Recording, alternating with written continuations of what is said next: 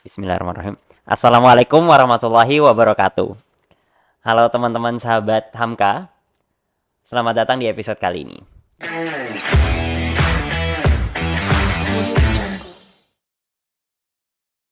Pada episode kali ini mungkin berbeda dengan episode-episode yang lain. Mungkin di episode lain kita berbicara terkait hukum Indonesia atau mungkin isu-isu HAM yang ada di Indonesia. Tapi kali ini kita mungkin memperluas diskusinya. Kita bicara tentang isu-isu yang ada di kancah internasional. Karena mungkin pada akhir-akhir ini kita lihat Instagram, mungkin teman-teman yang main TikTok, main Twitter, dan lain-lain, isinya mungkin algoritmanya membaca teman-teman seperti anak hubungan internasional. Isinya isu-isu internasional semua. Mulai dari penculikannya Presiden Maduro, sovereignty yang terjadi di Greenland, isu sovereignty yang terjadi di Greenland, dan juga ada mungkin yang lebih terbaru dekat dengan kita, Indonesia menjadi Presiden HAM PBB di tahun 2026. Dan kali ini kita ditemani dengan Mas Satria Unggul Wicaksana yang merupakan pakar hukum internasional sekalian dekan di Fakultas Hukum Universitas Muhammadiyah Surabaya dan juga pengurus Majelis Hukum dan HAM Pimpinan Pusat Muhammadiyah. Ya. Selamat datang Mas Satria. Terima kasih Mas Farel. Mungkin bisa saya hai dulu ke kamera Mas. Mungkin saya hai dulu ke penonton. Halo Tom. Selamat datang di podcast Suara Hamka. Terima kasih. Iya. Oke. Mas Satria, hari ini mungkin kita bertujuan buat inform media massa, semua teman-teman yang mungkin nonton ini nantinya. Karena seperti yang saya sampaikan tadi, media kita banyak diisi dengan isu-isu internasional tadinya. Nah, di comment section mulai banyak orang-orang bertanya. Mungkin kita mulai dari yang tadi saya mention dulu ya, mungkin isu Maduro ini. Nah, beberapa orang di comment section bertanya nih Mas, apa sih peran hukum internasional kalau seorang pemimpin dari negara lain itu bisa dengan semena-mena menculik presiden lainnya? Karena di perdebatannya itu ada yang bilang, ya itu demi demokrasi sebuah negara, karena masyarakatnya tertindas dan lain-lain. Ada juga mungkin yang contrary dengan isu tersebut yang bilang, ini tuh semua demi tujuan-tujuan kapitalistik, demi minyak dan lain-lain. Nah, mungkin pendapat dari Mas Satria. Ya, makasih Mas Farel. Sebenarnya tujuan hukum internasional ya pasca Perang Dunia Kedua itu adalah bagaimana membangun yang namanya international peace and security. Bagaimana memastikan bahwa perdamaian dan keamanan internasional itu terwujud ya, karena negara-negara itu capek sebenarnya pasca Perang Dunia Kedua. Maka kenapa berdiri PBB dan disepakatilah yang namanya Piagam PBB atau UN Charter. Dalam perkembangannya memang diimplementasi itu sangat beragam ya, dan tentu kondisinya cukup sulit ya, apalagi di kasus Maduro ini. Tapi kalau kita merujuk lagi ya di dalam prinsip Piagam PBB ya di pasal 2 ayat 3 dan 2 ayat 7 ya, bahwa all states shall refrain to use of force bla bla bla. Setiap negara wajib menahan diri, shall refrain ya, to use of force dalam menggunakan senjata dan kekerasan di dalam menjalin hubungan internasional. Menyepakati perjanjian internasional itu nggak boleh dengan menodong senjata seperti itu. Apalagi yang terjadi dengan cara yang itu melanggar juga di pasal 2 ayat 7 apa yang disebut sebagai domestic jurisdictions atau yurisdiksi domestik. Nah, Nicolas Maduro ini kan presiden Venezuela ya, terlepas kita tahu tentu Maduro ini adalah presiden yang kita anggap otoriter ya selama kepemimpinannya sejak 2013 sampai 2026 ya. Dan akhirnya terjadi abduction atau penculikan. Nah, penculikan ini sebenarnya isu yang kontroversial di dalam hubungan internasional ya. Betapa presiden yang berdaulat terlepas dari dia otoriter ya. Kita tentu nggak sepakat ya. Karena dia cara memimpinnya mungkin dengan kekerasan dan lain sebagainya. Tetapi cara yang dilakukan Trump itu jauh lebih kita tidak sepakat. Mengapa? Karena presiden adalah simbol ya. Dia adalah representasi simbol dari negara. Ketika suatu pemerintahan yang berdaulat itu kemudian diganggu dengan cara menculik, ini jelas-jelas adalah perintangan yang berat di dalam hukum internasional itu sendiri. Nah, ada ya ini diskusi dengan teman-teman di kelas ya, dengan mahasiswa, dengan Gen Z ini, bahwa apakah semakin relevan ke depan hukum internasional ya di tengah situasi pengingkaran yang terus terjadi kepada atau apa yang dilakukan oleh Amerika sekarang. Nah, ini yang kemudian harus kritikal dijawab oleh netizen. Iya. Oke. Seperti yang mungkin banyak netizen juga mikir, Trump seperti dilihat dari beberapa polisinya yang takut dengan sanction yang ya berputar di ekonomi. Trump menaikkan tarif ini untuk mengamankan Amerika secara ekonomi dari dependensi ke negara-negara lain. This is scary. Melihat Trump dengan bebas melanggar kedaulatan negara lain dan juga ketika mungkin Amerika if one day Amerika sampai ke titik di mana mereka itu nggak dependen lagi dengan dari luar, mereka udah tarifnya udah setinggi langit, akhirnya ekonomi domestiknya jauh lebih kuat. Bukankah ini sangat mengerikan bahkan bagi kita negara global South itu yang cukup bergantung ya dengan Amerika. Apa kira-kira dampaknya ini itu terhadap Indonesia ke depannya?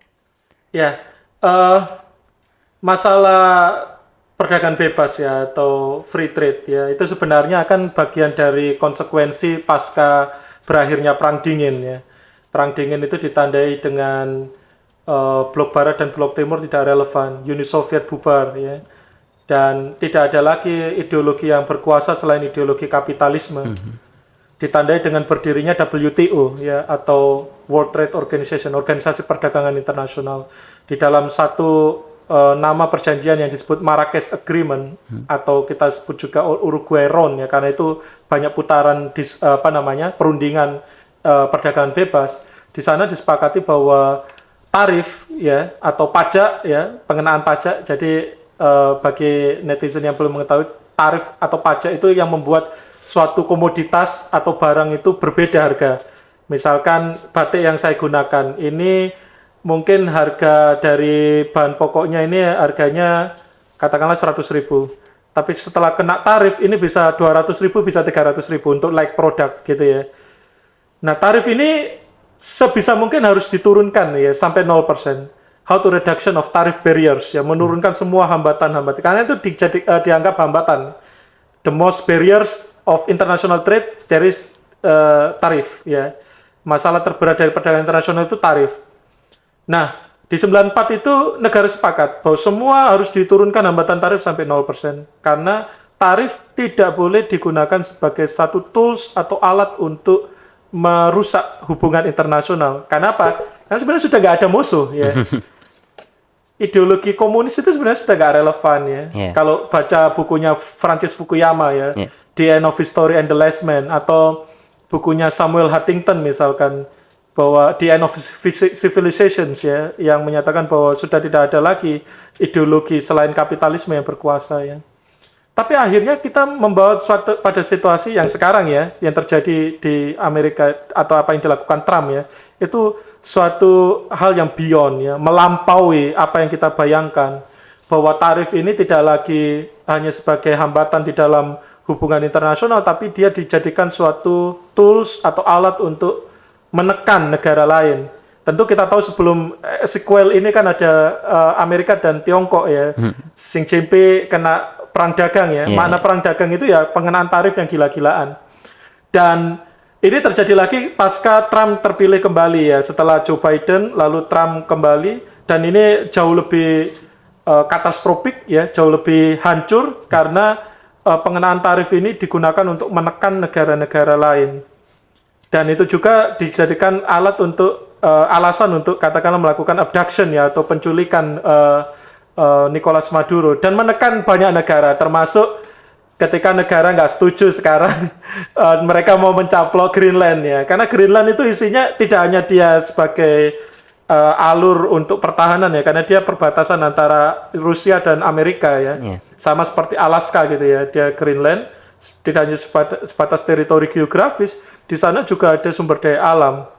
Venezuela, abduction yang dilakukan oleh Nicolas Maduro itu di permukaan, motifnya ya minyak ya, sumber daya, natural resources.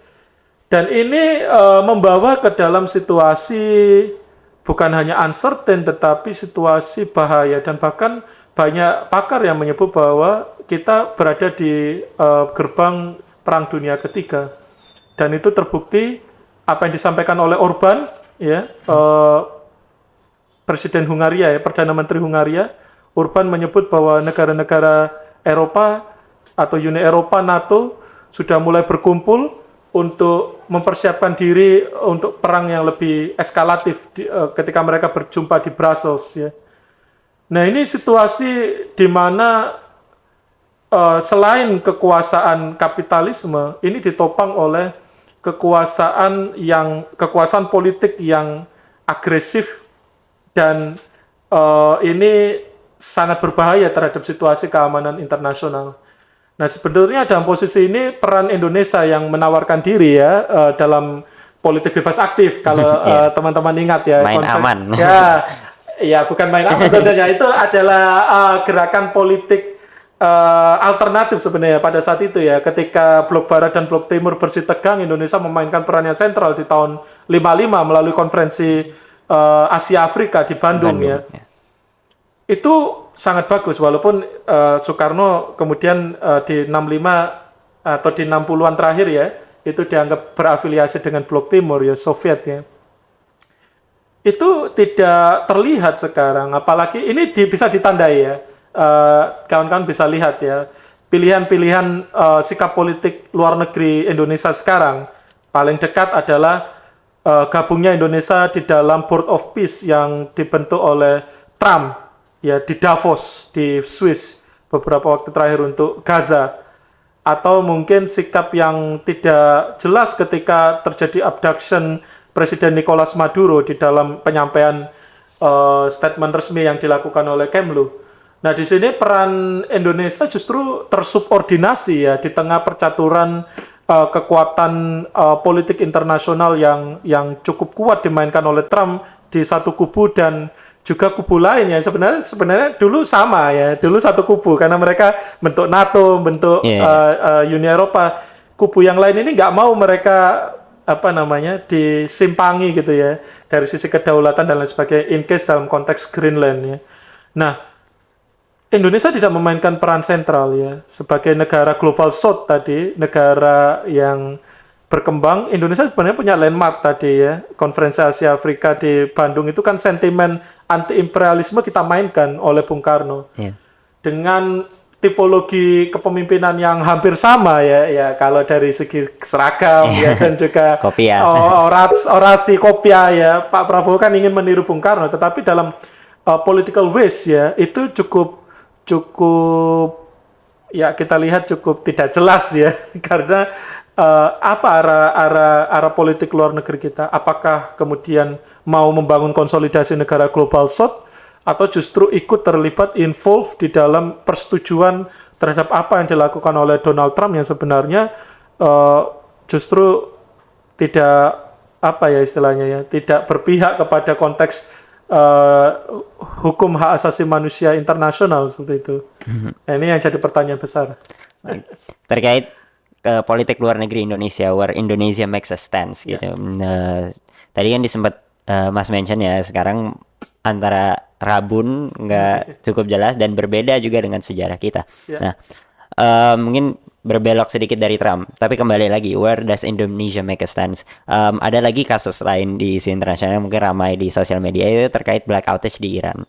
Nah, gimana cara Indonesia dan di mana sih stance-nya Indonesia terhadap kasus ini? Karena sepengetahuan saya belum ada public statement terkait kasus di Iran, dan banyak di media sosial, mungkin karena kasus Iran gak sepopulis kasus lain, dan lain hal, mungkin bisa dijelaskan dengan ini. Ya, kasus Iran ini menarik, ya, karena dia beberapa waktu yang lalu, beberapa tahun terakhir, ya, kita sebut diembargo secara ekonomi, ya, oleh Amerika Serikat, ya. Ada economic sanction yang cukup berat. Dan sebenarnya kalau kita lihat sejarah sebelum kekuasaan Republik Islam Iran ini kan Shah Reza Kemal Pahlavi, ya, yang berkuasa, yang sekarang anaknya mendapatkan suaka politik, ya, asylum, ya, di Amerika.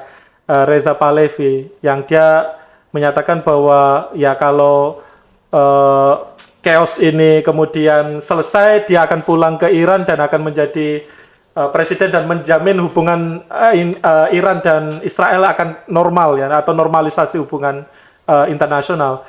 Nah, ini sudah menunjukkan betapa kemudian political intervention ya itu dilakukan secara terang-terangan maupun secara sembunyi-sembunyi. Walaupun tentu kita tahu ya efek yang dampak dari economic sanction terhadap Iran itu cukup besar.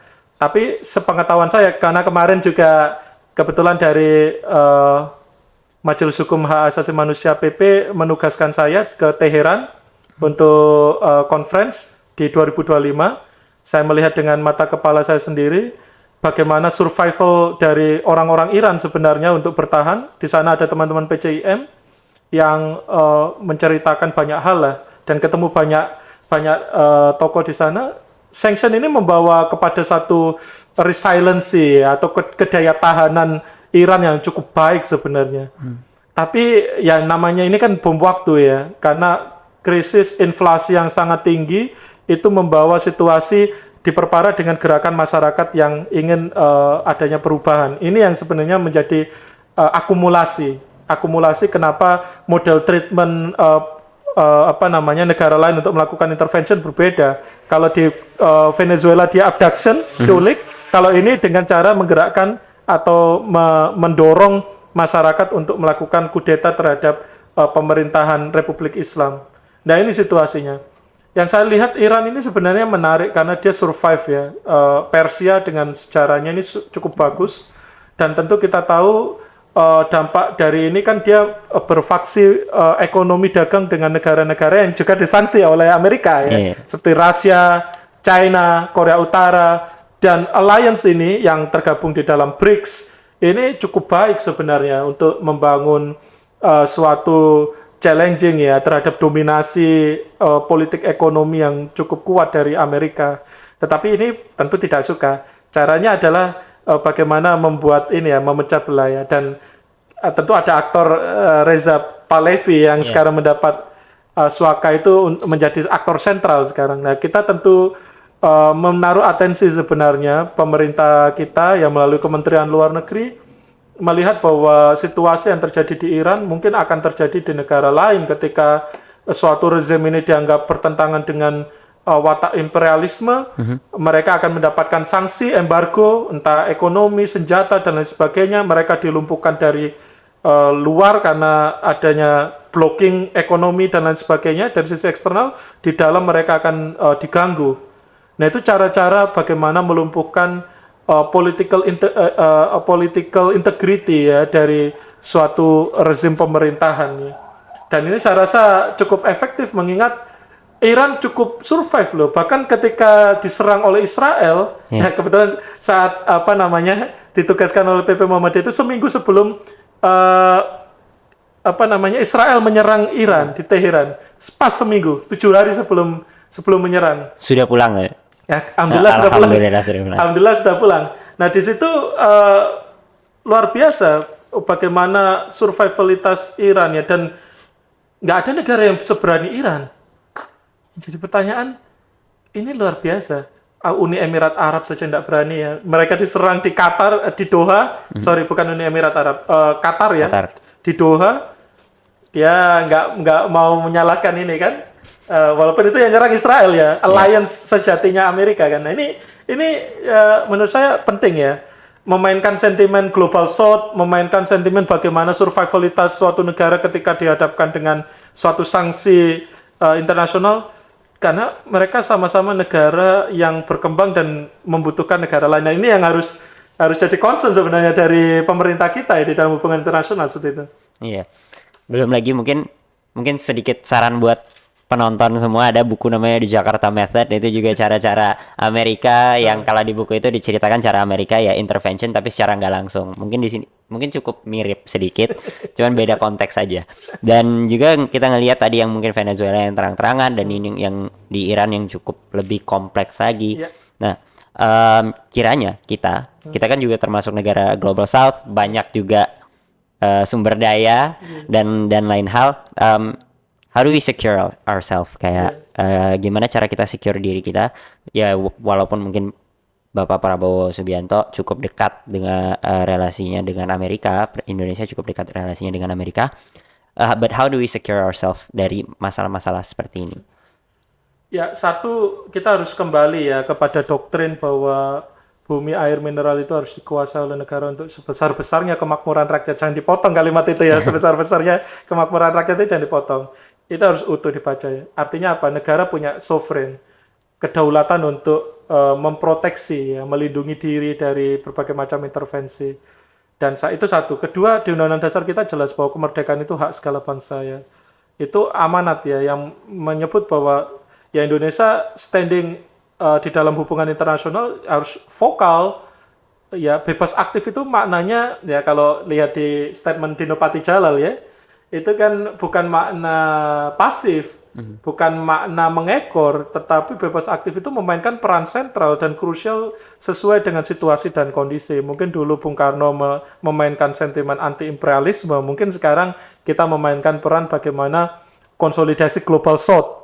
Nah itu kan satu hal yang menurut saya ansang ya, nggak pernah disuarakan ya oleh Kementerian Luar Negeri di tengah percaturan hubungan internasional geopolitik kita semakin uncertain, tak menentu.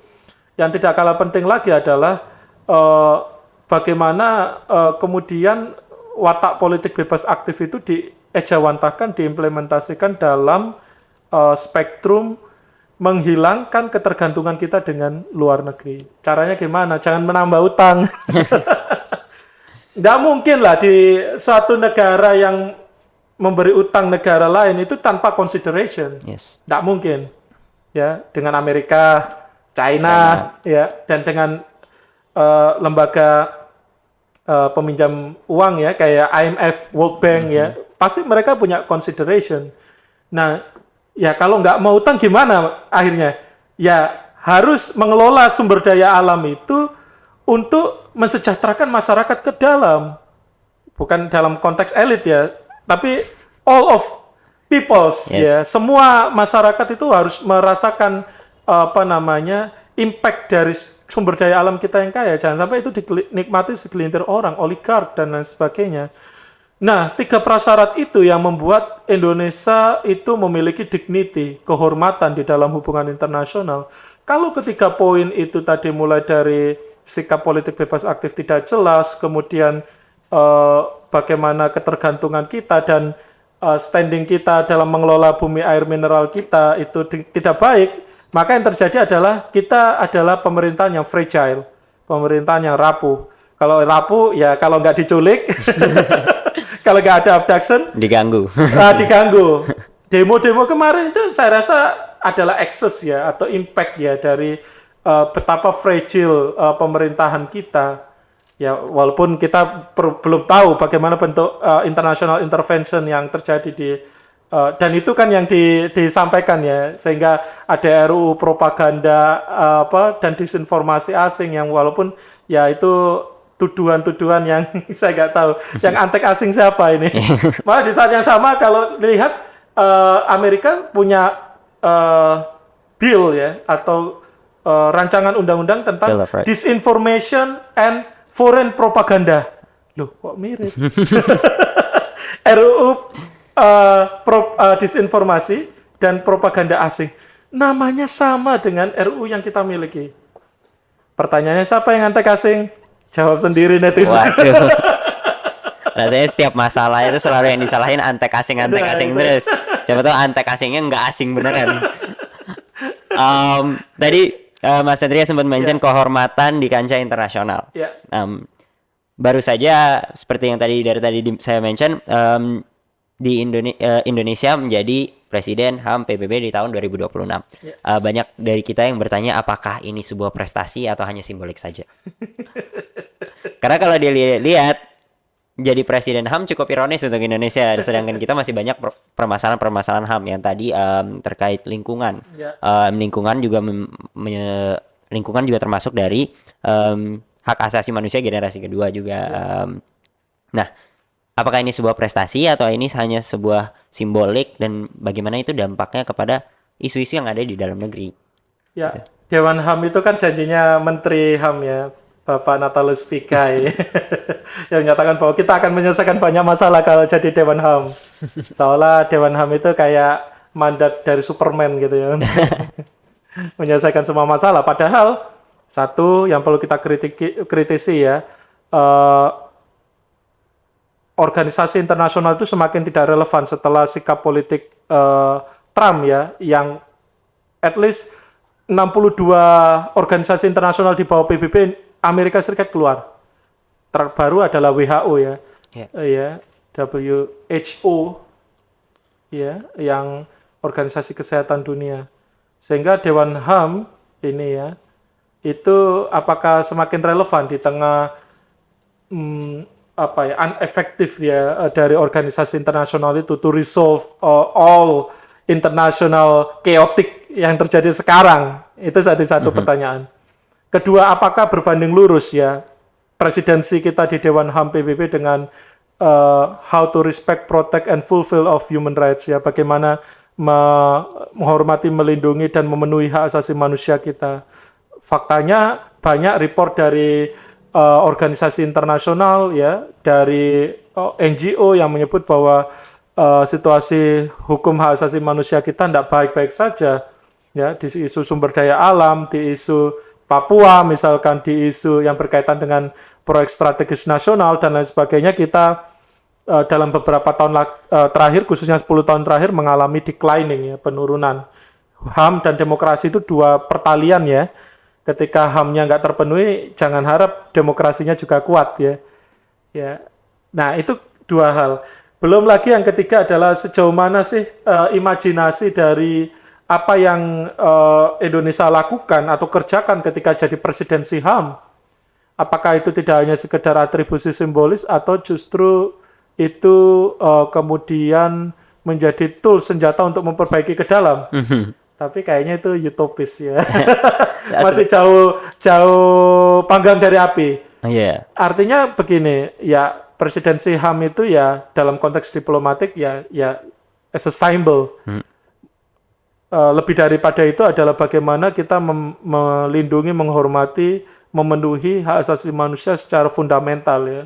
Terhadap baik itu hak sipil politik, hak ekonomi sosial budaya, hak atas pembangunan yang hari-hari ini bermasalah ya di PSN, dan yang belum tersentuh dan tidak boleh dilupakan adalah hak di ruang digital sebagai HAM generasi keempat, yang selama ini Indonesia banyak loh mengalami yang namanya digital authoritarianism digital, surveillance dengan alat yang namanya Pegasus, kemudian doxing kepada aktivis-aktivis hak asasi manusia, pejuang HAM, dan lain sebagainya. Dari 4 HAM itu bisa diakses, diuji sejauh mana sih mereka memenuhi. Apa jangan-jangan ini semua saling contradiction, sehingga yang menjadi critical question, apakah kita layak jadi presidensi Dewan HAM? Bener banget, terkait yang surveillance tadi juga bisa dilihat kemarin ketika kasusnya Afan Kurniawan sedang naik di salah satu platform di TikTok, orang nggak bisa nge-live, Mas. Nggak bisa nge-live. Itu nunjukin kayak seberapa powerfulnya pemerintah di dalam mengatur media ini, dan cukup mengerikan kalau mereka bisa ngatur hilangin satu fitur aja. Kemarin juga sempat beberapa ya banyak penjual ya itu ngehambat beberapa ekonomi keluarga-keluarga yang yang mencari nafkah di situ. Sebenarnya pertanyaan selanjutnya udah di-mention tadi Mas terkait strategi Indonesia. Saya muncul pertanyaan besar, dan ini kayaknya jawaban ini bisa bantu saya dalam skripsi saya. Konsul skripsi. Iya. Terkait strategi Indonesia. Apakah ini salah satu strategi Indonesia? Dalam mengkonsolidasikan yang di dalam tadi, karena dilihat dari beberapa strategi domestik ya internal Indonesia terkait kasus mungkin yang di Papua, muncul perdebatan norma di sini, muncul kompetisi norma di saat negara luar menilai kalau ini adalah pelanggaran HAM. Bahkan Indonesia sering banget dilaporkan di Universal Periodic Review-nya terkait kasus pelanggaran HAM di Papua. Dan Indonesia memperdebatkan itu dengan membela kedaulatan, dengan mungkin melabeli beberapa grup sebagai separatis dan lain-lain. Dan juga mungkin beberapa kerusakan lingkungan, Indonesia justru bilang kalau itu adalah development. Ya. Mereka melakukan pembangunan di daerah-daerah seperti itu. Apakah menjadi ketua Dewan HAM PBB ini ada salah satu strategi dalam redefining the accusation yang Indonesia dapatkan? Ya, masalah Papua ya, tentu harus dipahami sebagai suatu situasi inequality dalam konteks pembangunan yang menyebabkan terjadinya gerakan separatis. Pula gerakan separatis itu kan ada levelnya ya. Untuk sampai menuju ke belligerent itu kan harus melalui rebellion, insurgent, ya, sampai ke belligerent. Dan tentu kita tidak berharap eskalasi konfliknya akan naik sehingga kemudian ini menjadi belligerent, sama seperti apa yang dilakukan oleh GAM dulu ya dengan Indonesia ketika bertemu di Helsinki di 2005. Nah, kembali Papua ini harus disentuh dengan bagaimana mereka didengarkan, ya, right to voice terhadap pembangunan, right to self determination in terms ya dalam hal bukan menentukan nasibnya sendiri sekonyong-konyong hanya untuk referendum, bukan, tapi didengarkan dalam konteks pembangunan. Ya, PSN yang namanya food estate di Merauke dan lain sebagainya itu satu bukti bahwa dalam konteks pembangunan kadang masyarakat yang terpinggirkan itu tidak pernah didengar. Padahal makna dari konteks international human rights itu all peoples have dignity ya. Setiap manusia mempunyai kehormatan yang itu wajib didengar. Bahkan mereka yang termasuk indigenous people, kelompok masyarakat adat. Di dalam pembangunan mereka harus dilibatkan. Itu makna yang disebut right to self-determination ya. Mereka harus dilibatkan. Dilibatkan itu ditanyai. Butuh nggak kamu pembangunan ini? Keterlibatanmu apa? Memastikan jaminan bahwa tidak terjadi deforestasi dan lain sebagainya yang mengganggu ekosistem dan tercerabutnya haknya. Nah, hal-hal itu harus dilakukan oleh negara untuk memastikan bahwa pembangunan itu tidak meninggalkan siapapun. Lebih-lebih adalah mereka yang berada di daerah perbatasan ya. Papua, Maluku, Aceh punya gerakan separatis karena mereka merasa ada inequality. Pembangunan hanya ada di Jawa dan lain sebagainya. Kembali bahwa situasi ini jangan sampai kemudian membawa eskalasi konflik yang kemudian menyebabkan self-determination-nya berubah makna. Dari yang dilibatkan pembangunan justru menentukan nasibnya sendiri dalam hal membangun negara baru. Ya, terlepas dari pro kontra situasi perundingan ya di New York yang tidak melibatkan orang Papua asli di tahun 50-an ya ketika operasi Irian Barat itu ya kita tentu berada di ambang pertanyaan ya, apakah nasionalisme kita itu hanya sebatas mengakui bahwa Papua ini adalah bagian dari negara kita atau justru melibatkan mereka menjadi entitas atau masyarakat yang betul-betul terlibat ya di dalam pembangunan kita. Momentum presidensi HAM Indonesia ini justru menjadi sangat menantang bagi pemerintahan kita untuk membuktikan bahwa kecurigaan-kecurigaan, ketakutan-ketakutan yang selama ini dialamatkan kepada pemerintah kita terhadap apa kapabilitas pemerintah kita di dalam melibatkan masyarakat, melindungi sumber dayanya dan lain sebagainya, sehingga misi manusia, umat manusia, seluruh umat manusia, masa climate change kan kepentingan umat manusia kan, ya kan, all mankind's issues ya. Ketika hutan Papua digunduli itu bukan hanya kepentingan masalah food estate, tapi itu masalah masyarakat dunia. Kalimantan digunduli itu juga bukan masalah Indonesia, tapi itu masalah dunia karena paru-paru dunia digunduli. Nah, itu harus jadi momentum. Pembangunan tidak boleh meninggalkan apa yang disebut dengan bagaimana protection of environment, bagaimana pelibatan ya hak masyarakat adat ya, right of indigenous peoples di dalam pembangunan itu nggak boleh ditinggalkan. Dan sekali lagi ketika itu semua secara paralel ya dilakukan oleh Indonesia untuk memperbaiki citra, maka kredibilitas dan dignity kehormatan kita akan muncul dengan sendirinya. Karena kita dianggap menjadi role model gitu ya. Tapi ini akan berat ketika kemudian kepentingan politik, penguasa, dan ini kalau ditarik root cause problemnya, analisis akar masalahnya itu kan politik berbiaya mahal, yang membuat oligark itu kemudian berkuasa gitu ya. Pemilik modal dalam negeri, luar negeri kemudian lebih memilih jalan untuk deforestasi daripada pelestarian lingkungan, lebih memilih sawit daripada hutan tropis. Nah, cara-cara root cause problemnya ya dari politik yang predatoris ini dengan biaya mahal ini, ya ini harus dirubah secara fundamental. Itu juga kepada masyarakat yang tetap menerima politik uang, ya kan? Sehingga perubahan-perubahan nanti dikira Mas Satria ini ngeritik aja nggak ada solusi ya. Itu solusi ya. Fundamental change of circumstance ya, itu penting ya. Perubahan-perubahan terhadap situasi dan kondisi yang terjadi saat ini itu adalah syarat mutlak kalau mau beranjak menjadi negara yang kaya. Kelemahan kita itu karena terlalu kaya. Dan nggak bisa mengelola juga. Nggak bisa ngelola. Bayangkan kita seperti Singapura ya, yang kecil, tapi dia survive dengan apa? Human development-nya. Kita ini terlalu kaya. Kayak ciri khas negara kaya itu kan negara atau orang kaya kan manja dan nggak mau berpikir keras ya, mikir ngeruk ya itu dapat duit, ya kan? Ada nggak mau bagaimana mengelola sumber daya alam lebih sustain dan lain sebagainya, itu jauh lebih berkelanjutan mendapatkan keuntungan. Nah, itu seharusnya menjadi momentum ya. Tapi izinkan saya ragu-ragu di sini.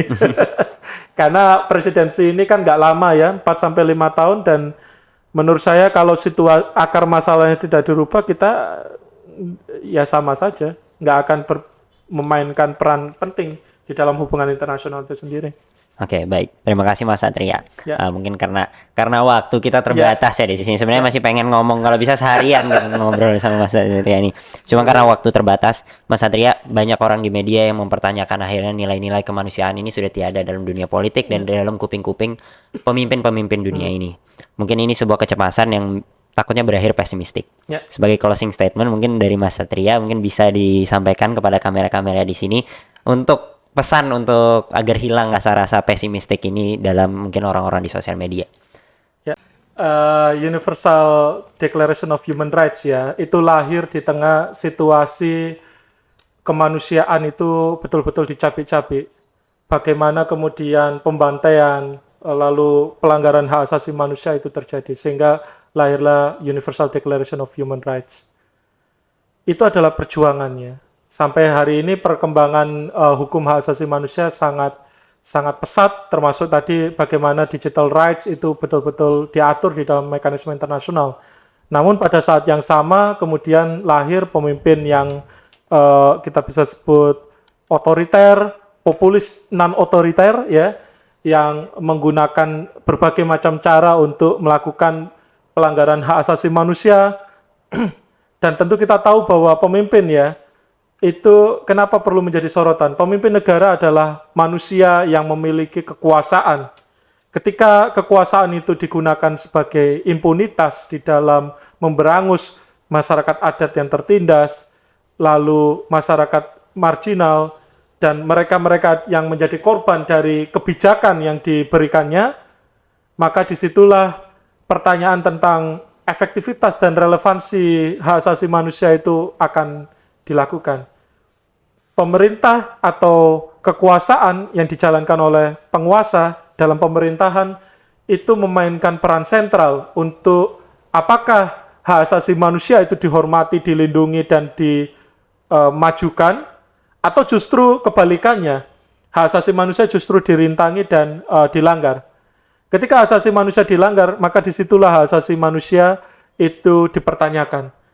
Tetapi ketika hak asasi manusia itu dipenuhi, dijunjung tinggi, dengan cara apa? Bagaimana kemudian memberlakukan masyarakat sipil, pelibatan mereka ya, untuk menentukan nasibnya terhadap situasi pembangunan yang terjadi. Mereka kemudian dilibatkan di dalam pembangunan yang tidak memilih cara yang deforestation ya, atau pengundulan hutan dan cara-cara merusak yang lain, destruktif lain, maka disitulah hak asasi manusia betul-betul dapat kita rasakan. Karena hak asasi manusia itu sekali lagi bukan taken for granted, dia diperjuangkan, bukan turun dari langit, ya, dia diperjuangkan dan dilindungi oleh mereka yang mempunyai kekuasaan. Jika itu dilakukan oleh pemimpin yang baik, maka kita akan mendapati situasi yang tentu baik di dalam hak asasi manusia, demokrasi, hukum, dan lain sebagainya. Tapi jika yang terjadi sebaliknya, maka kehancuran itu akan betul-betul terjadi. Mengapa? Karena senjata sekarang semakin canggih, sophisticated, perang itu terjadi, dan nuklir ini banyak dikembangkan. Maka jika tidak ditahan pemimpin-pemimpin yang merusak ini, kehancuran dunia itu betul-betul terjadi di depan mata kita. Seperti itu. Oke, baik. Terima kasih Mas Satria. Dan untuk menutup, teman-teman, kecemasan kita terhadap kemanusiaan itu harus dilawan dengan cara yang beragam-ragam. Selama masih ada pena yang berani menulis, selama masih ada suara yang berani berteriak, selama masih ada orang yang berani membela kebenaran, maka hak asasi kita belum mati. Dia diam, menunggu kita semua untuk berani. Enggan menghamba kepada diam, karena diam adalah bentuk dari kebodohan. Saya Faris Yafid, billahi fisabilil haq, fastabiqul khairat. Wassalamualaikum warahmatullahi wabarakatuh. Waalaikumsalam warahmatullahi wabarakatuh. Kasih banyak.